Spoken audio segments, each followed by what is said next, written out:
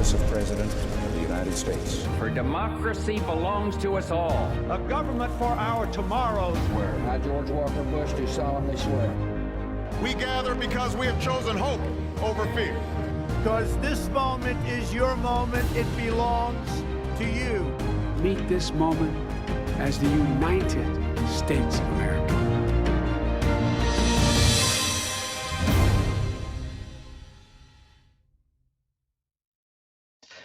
Hello, everyone, and welcome back to Election 2024, the Post-Political Roundtable. I'm Sean Sullivan, campaign editor here at The Washington Post, and today we continue our conversation about the 2024 election with some of the top journalists in our newsroom. First up today, Dan Balz, chief correspondent here at The Post. Dan, welcome to Election 2024. I think this is your first time on the program, so a great honor to have you joining us. It is my first time. Thank you, Sean. Thank you for having me. Eager to jump into a bunch of things. All right, Dan, I wanted to start with the big news, both on the legal front and politically yesterday, which is this unanimous appeals court ruling that Donald Trump, the former president, does not have immunity from prosecution for his efforts to overturn the 2020 election. I wonder what you think sort of the political implications in this race are, not just of this ruling, but of this entire legal cloud that hangs over Donald Trump and seems like it will continue to, at least for the rest of this year and perhaps beyond.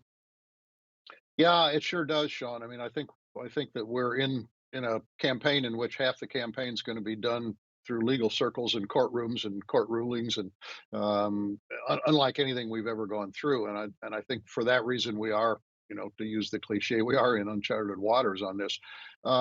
The ruling yesterday, I don't think surprised many people. I think most legal scholars thought that the appeals court panel would come down there. But one of the interesting things is the interpretation of it, is the degree to which it seemed like a pretty airtight ruling, which does not leave much hope for former President Trump on appeal. Obviously, he does have the ability to appeal, and he will. I think there are a couple of implications of this. One is the question of, assuming it ends up at the Supreme Court, does the Supreme Court take it and deliver its own ruling, or simply accept what the appellate court has done? That, of course, will affect the timetable, and it also might affect the narrowness or the broadness of the ruling that ultimately comes down. But this also has an important impact on the timing of the cases that Donald Trump is facing. We know that the one trial, the Jack Smith trial having to do with the 2020 election, was scheduled originally to begin in early March, and that's been delayed by the judge, pending all of what's going on with the issues having to do with presidential immunity and question of whether he is allowed on the ballot. So the longer that court case is pushed back, the more it bumps up into the potential for something in the middle of the conventions or closer to the election, all of which raises a lot of questions about what voters will know or not know in terms of what a jury might think of the charges against the president. So this is something that we're watching roll over a long period of time. We know in the short term that the indictments helped Donald Trump within the Republican Party. It put him in a commanding position to become the nominee, which he's on the track to do. But what we don't know is what the implications might be if he is actually convicted in one of these cases, and how that might affect the broader general election electorate. Yeah, that's what I was going to ask you about, Dan. I mean, it seems clear, as you point out, that in this primary, this has helped him. This has rallied a base to his corner. But how does it sort of? I know we don't know how it's going to play in the general election, but how are Democrats starting to think about this? Is this an argument where they feel like they can use against him? And we hear them talk about Trump as a threat to democracy, as a threat to abortion rights. But does the legal issue itself sort of work as a political tactic in the minds of Democrats, sort of looking at how they're going to run against him? Well, I think for President Biden, it's kind of the unsaid argument. It's tricky for the president to get in the middle of this, since it's his Justice Department that has brought these charges, and the degree to which he wades in any significant way or political way, the more potential there is for some backlash and added motivation to the Trump base. So I think that's partly what they have to weigh. The polling on this has been interesting, though not definitive, but it does suggest that if there is a conviction, it would have an impact on how some people perceive the choice between the current president and the former president. There was an NBC poll out recently that showed a movement in the polls from a Trump advantage to a slight Biden advantage. Again, everything is kind of within the margin of error, but it does suggest that a conviction by a jury would register on some voters in ways that the indictments have not yet registered. So again, we're kind of trying to read tea leaves at this point, and polling is interesting, but certainly not definitive. But as an argument, I think that the president is much more comfortable with making the argument, the more general and broader argument about former President Trump as a threat to democracy and democratic institutions, and as somebody who leans toward being an authoritarian president and who admires authoritarian leaders around the world. That's a argument that the president has made, and certainly they've indicated that they will continue to make that a central part of the argument, along with some of the other issues that have motivated Democratic voters, the principal one among those being abortion. Interesting. Okay, Dan, we're talking about the general election, but there is still a Republican primary happening. Donald Trump is in a commanding position, but he does still have one opponent in Nikki Haley. And there was some news last night in the Republican primary, this very unusual situation in Nevada where Haley participated in a primary, but it didn't actually count for anything. And she was the only major candidate, but then she lost that primary to none of these candidates, which is a unique option that Nevada voters have on their ballot. So a lot of really insidery, interesting political stuff there that folks like us get excited about. But what does this mean in the big picture here for Nikki Haley? I mean, clearly an embarrassment for her, but what does this sort of say about the state of her campaign and its ability to plow through at this point in the race? Yeah, I mean, it was an embarrassment, certainly. But in the great scheme of things, I don't think it means a lot for Nikki Haley's campaign. So much now, in fact, everything depends on her ability to do well or not in South Carolina. Honestly, the Nevada caucuses within the Republican nomination process have rarely had much impact. They've almost always been an afterthought after Iowa, New Hampshire, and then South Carolina, which comes after Nevada in the Republican timetable. Her whole effort has to be South Carolina. She has said that she wants to continue to build, as she started out in Iowa with 19% of the vote and then got 43% in New Hampshire, and that she wants to continue to build on that in South Carolina. Based on the poll that we had last week with Monmouth University, she has a long way to go in order to get to that goal. Now she does have some time. She's going to work hard on that. She's out raising money. She had a good January in terms of money she raised, $16 million.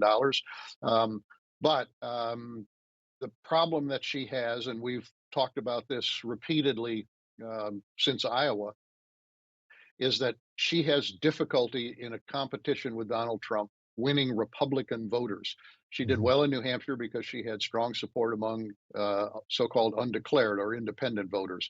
Anybody in South Carolina can vote in the Republican primary because they don't register by party. But many Democrats and some independents may have voted in the Democratic primary last weekend. But she has to be able to win Republican votes, and that has to be her focus. And she has to find an argument against former President Trump that resonates with those Republican voters, as opposed to the independent voters who probably are already hostile to Donald Trump. So that's her goal, that's her mission, and that really is where her whole campaign stands at this point. Yeah, that's a really good point, Dan. In my past life as a campaign reporter, when I thought of this point in the calendar in Nevada, I would say to myself, okay, we're just getting going now. There's a little bit of thinning out in the field, but we're kind of, in the nitty gritty and looking on to Super Tuesday, and we've got typically competitive races. We don't have that this time for the reasons you mentioned. I mean, this is in the eyes of many Republicans, Trump's race to lose at this point. He's in complete control. I wonder if you could sort of walk us through how we got to this point where a race that is an open race that doesn't have an incumbent is effectively, in the eyes of many Republicans at least, wrapped up so soon in this primary process. Well, it's a good question, and I think there are two reasons for it. One is, though he is not an incumbent, he is a quasi-incumbent. He is the dominant person within the Republican Party and has been since he was elected in 2016. And despite losing in 2020 and contributing to what was a disappointing outcome in 2022 for the Republican Party, he is the dominant person within the Republican Party. And so he does run as a quasi-incumbent. And then I think the second thing, which we've already mentioned, is the four indictments that were leveled against him over the last year or this year tended to rally people around him who might have had some qualms about him, because it looked to them as though this was an attack by the Justice Department. So many Republicans, even if they're not enthusiastic about Donald Trump, do see this as a series of political attacks rather than legitimate legal cases. We'll let the judicial system sort out that question, but nonetheless, as a political matter, it benefited him, and it made it very, very difficult for any of his challengers to really get any traction. And the third aspect of this is that those who had the wherewithal and the aspiration to become his chief opponent, and mostly that's been Nikki Haley and former Ron DeSantis, the governor of Florida, they spent much more time and money attacking one another rather than attacking Donald Trump. So he stayed away from the debates. He was largely, free of attacks. His opponents attacked one another and therefore drove them down. And it's left him in this very, very strong position, and one in which, it would take something unexpected at this point for him to lose the nomination. And you're right, Sean. I mean, at this point, we are normally just getting started. And we do look always to Super Tuesday as a major event, as it was in 2020 for President Biden and the Democrats. But the Republican rules also are such that as we get deeper into the primary season, many of these primaries are winner take all, unlike the Democrats who do proportional allocation of delegates. And so all of that plays to President Trump's advantage. Yeah, unexpected seems like the right word there. It would have to be pretty extraordinarily unexpected to stop him at this point. Dan Balz, thank you so much. Don't be a stranger to this program. We'd love to have you back again soon, but we're out of time right now, so we'll have to leave it there. Happy to do it. Thank you, Sean. Thanks again, Dan. Okay, I want to continue the program now with two more of our reporters who are covering the 2024 presidential campaign. Yasmeen Abutaleb, who covers the White House here at the Washington Post, and Hannah Knowles, who covers the campaign for us at the Washington Post. Welcome, Yasmeen and Hannah, to the program. Hey, thank you. All right, Yasmeen, I want to start with you. You had this really great piece that I want to draw viewers' attention to, which was set in Michigan recently, and you've covered the White House and President Biden pretty closely. And it seems like what you found in your reporting, I should say, is a potential political vulnerability in a pretty key swing state. What did you find when you were out there? So I went to Dearborn, Michigan, which is known as the Arab American population of America. It's majority Arab American. It has the densest population of Arab Americans and Muslims anywhere in the U.S. And I talked to people about President Biden's handling of the Israel-Gaza war to see how much it was influencing their votes. I had heard that there was this sort of still early movement called Abandon Biden to try to get Muslims and Arabs to not vote for Biden in the general election. To be clear, they are not supporting former President Trump. A lot of people have made the point that President Trump has said he would expand his ban on several Muslim majority countries, but they're also extremely dissatisfied with President Biden's handling of the war, his unwavering support of Israel, what they describe as insufficient empathy in his rhetoric for Palestinians and what's happening in Gaza. and that he has not called for a ceasefire. And so I talked to more than 24 voters while I was there, organizers of this campaign. If President Biden wants to win some of these voters back, he has an enormous amount of work to do, because what I found was that they were resolved not to vote for him. They were fully aware of the risks that came with not voting for Biden and potentially allowing Trump to win, but say that, when their relatives are being slaughtered, their loved ones, the war is expanding to other countries that's more directly impacting a greater portion of the Arab American and Muslim community, that they just could not see themselves supporting Biden in November.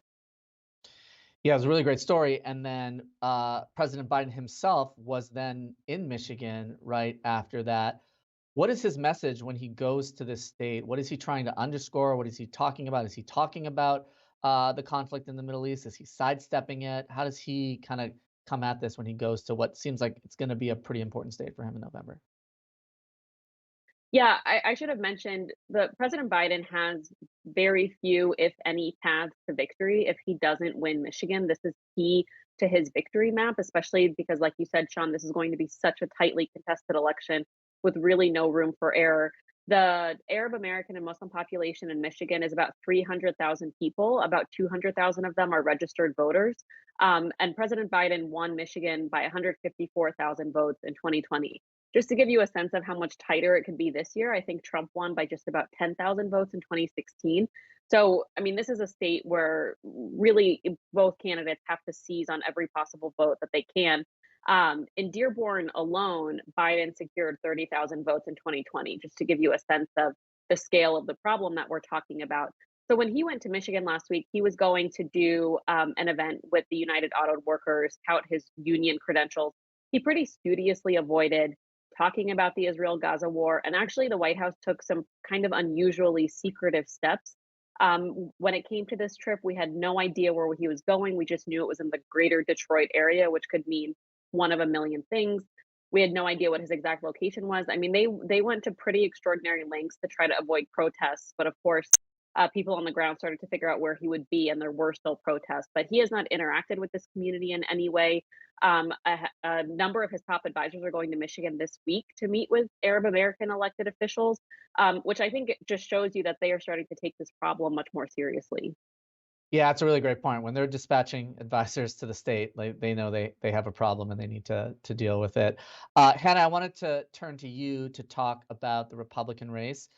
Ron DeSantis' campaign is over. I don't need to remind you of that. You spent about a year, maybe more, covering it. But the news keeps coming out about DeSantis. And recently we got a new batch of campaign finance reports that just showed the sheer scale of how much money was poured into a campaign effort, both through his campaign and a super PAC, that did not go very far, did not even make it beyond the first nominating contest. You did some reporting on that. Can you talk a little bit about what you found as you sort of poured through those documents?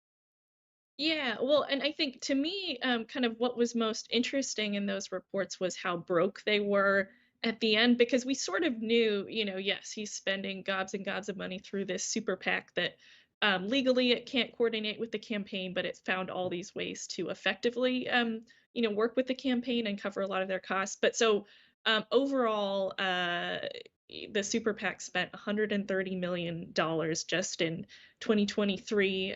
That doesn't count, the first couple weeks of January where he was still in the race as well and still spending heavily. And then even though I think his super PAC officials in August had said, we need 50 million more dollars. I mean, they were trying to raise 100 million more by March. And when you look at these reports, the fundraising just dropped off really, really steeply as he started to struggle in the second half of the year.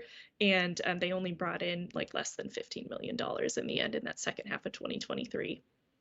A pretty stark financial picture. The other thing, Hannah, that stood out in the reporting from you and your colleagues that I was reading was about Donald Trump, the former president, and the sheer amount of money from some of his allied political vehicles that has been spent on his legal fees, something like $55 million. Politically speaking, how have these legal, problems, when they are problems from a legal perspective, played politically in this primary, which is still ongoing? A good reminder, we're not technically in the general election left, he still has one primary opponent, but how has the legal cloud that he's under affected this race? Yeah, I mean, as Dan mentioned earlier, right, it's kind of been all upside for him in the primary. And you do see, I mean, the first indictment of Trump back in March of 2023, that's where Ron DeSantis really starts to drop in the polls and Trump starts to rise and it just never goes back down.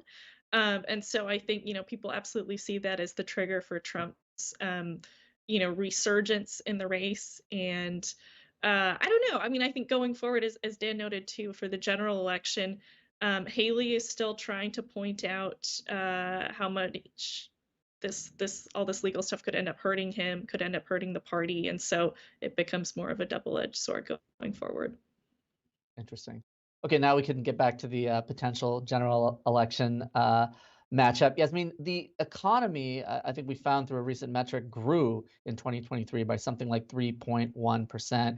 We hear the term Bidenomics being thrown around by Biden and his allies, but we also see a lot of polling that seems to show that people aren't really feeling these economic gains or rebounds. So does the Biden campaign have a plan in place to run aggressively on the economy? Are they trying to make this a focal point of his reelection campaign as we head toward November?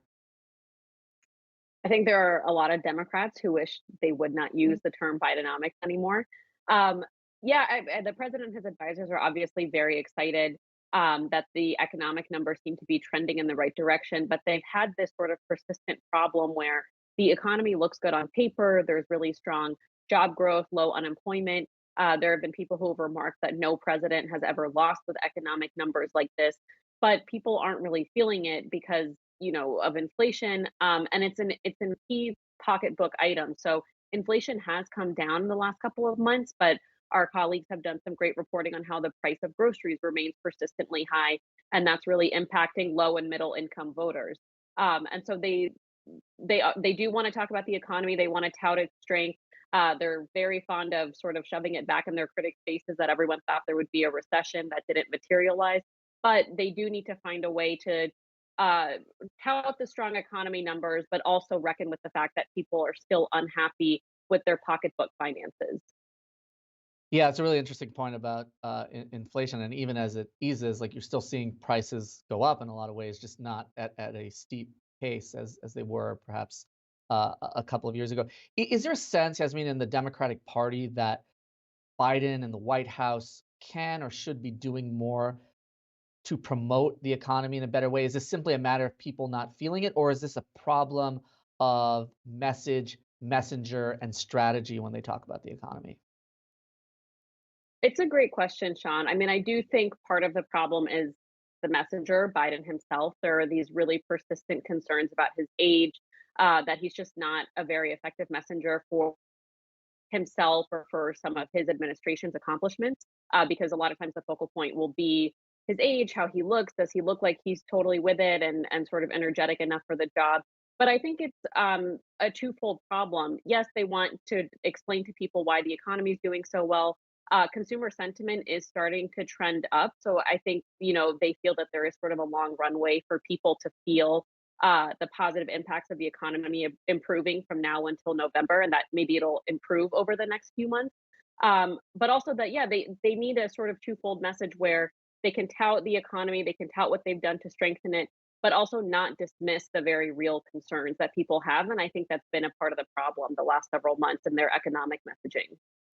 Yeah, that's really interesting. And it seems like one problem is, the fact that he doesn't seem to be able to break through in this. The other problem, and Hannah, I wanted to get your take on this, is that when voters compare him to Donald Trump, his potential opponent, they tend in a lot of surveys to give Trump a pretty big edge. And in fact, I think there was an NBC poll that gave Trump something like a 20-point edge over Biden on the economy, which is pretty stark. So how is the Trump campaign trying to strategize around that element of this campaign? Is this something that he talks about a lot? Is this something we can expect to hear the Trump campaign continue to talk about as we move toward November? Yeah, for sure. No, they definitely have tried to, pivot toward that general election with Joe Biden already. And a big portion of it is just remember when I was president, wasn't the economy good before COVID happened? So with some caveats, but I think that rings true to a lot of voters. And I talk to so many people, including people who just aren't really, that engaged in politics, or maybe they're sort of in the middle, maybe they're not big fans of Trump, but that economic kind of nostalgia argument is really persuasive to them, and they bring it up a lot. That's interesting. So, Yasmeen, we've talked about the economy, we've talked about the war in the Middle East, two big issues clearly that are affecting this campaign right now. As you talk to Biden White House folks and the campaign and Democrats that you're covering day to day, what are the other issues that you see them trying to underscore in this campaign? Abortion, immigration, are there other things that they're trying to raise that they see as fertile ground to make political arguments that they think can resonate with people? Well, Sean, I think you said the one that they see as their sort of ace in the hole, which is the abortion issue. Obviously, Biden's campaign so far, it's still early days, but has a number of weaknesses. His handling of the war and its unpopularity among a large swath of Democrats. His age is probably the biggest one. The sort of mixed feeling on the economy. But I think there is a sense among the White House, the campaign, and a number of Democrats that stressing abortion, the way Biden talks about it, he's not super comfortable talking about abortion in a lot of detail, but he wraps it into this broader argument he has about Republicans and Trump are trying to take away your freedoms. And in that, he says the freedom to choose. He doesn't like to talk about abortion as an issue. Like, he hasn't given an entire speech on it or anything like that.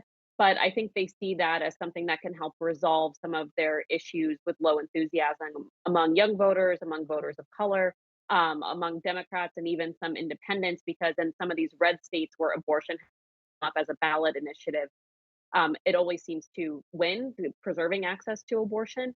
And so they see that as really key to their electoral victory path.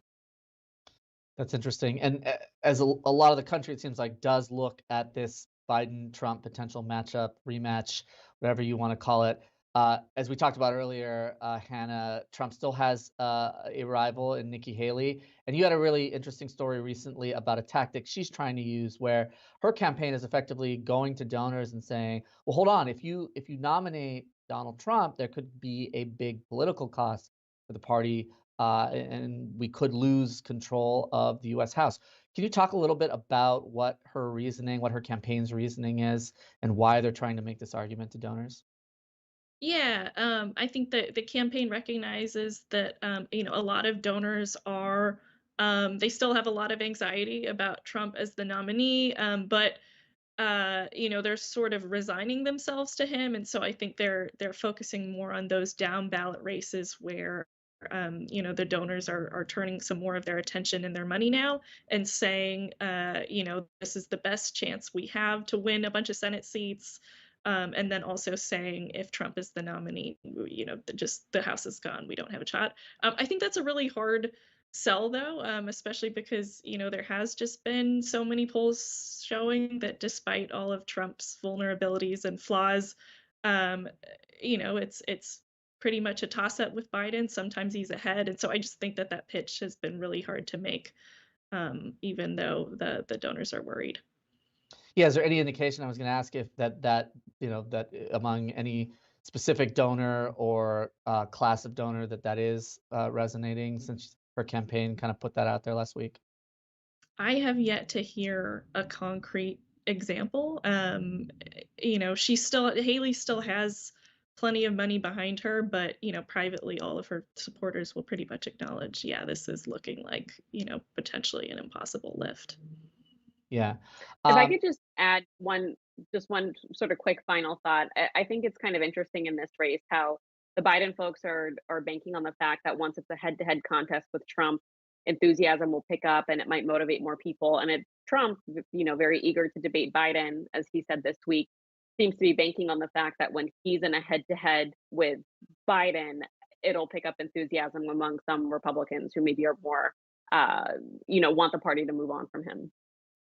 Yeah, I will that's say really I do interesting. talk to a lot of Republican voters still who are holding out for Haley, and I don't think they quite understand the reality that Trump basically is going to be their nominee at this point, and it's sort of this out that people still have when you ask them, okay, how are you going to vote in a Trump Biden rematch? And they'll say, well, I'm hoping it's going to be Haley, right? And so they can still kind of cling to that. And I think the big question is, once that matchup becomes real, where do those voters go? I'm not sure they actually know themselves. I am very curious to find out, and hopefully you guys will be out there in the country talking to them and figuring that out, because that is a really interesting question. Okay, unfortunately, we are out of time. Thank you so much, Yasmeen, Hannah. Don't be strangers. Thanks for coming on the program, and hope to have you back soon. Thanks. Thanks, John. And thank you for joining us today. For more of these important conversations, sign up for a Washington Post subscription, and you can get a free trial by going to wapo.st/live. Thank you again for joining us this week. I'm Sean Sullivan, and we'll see you next time.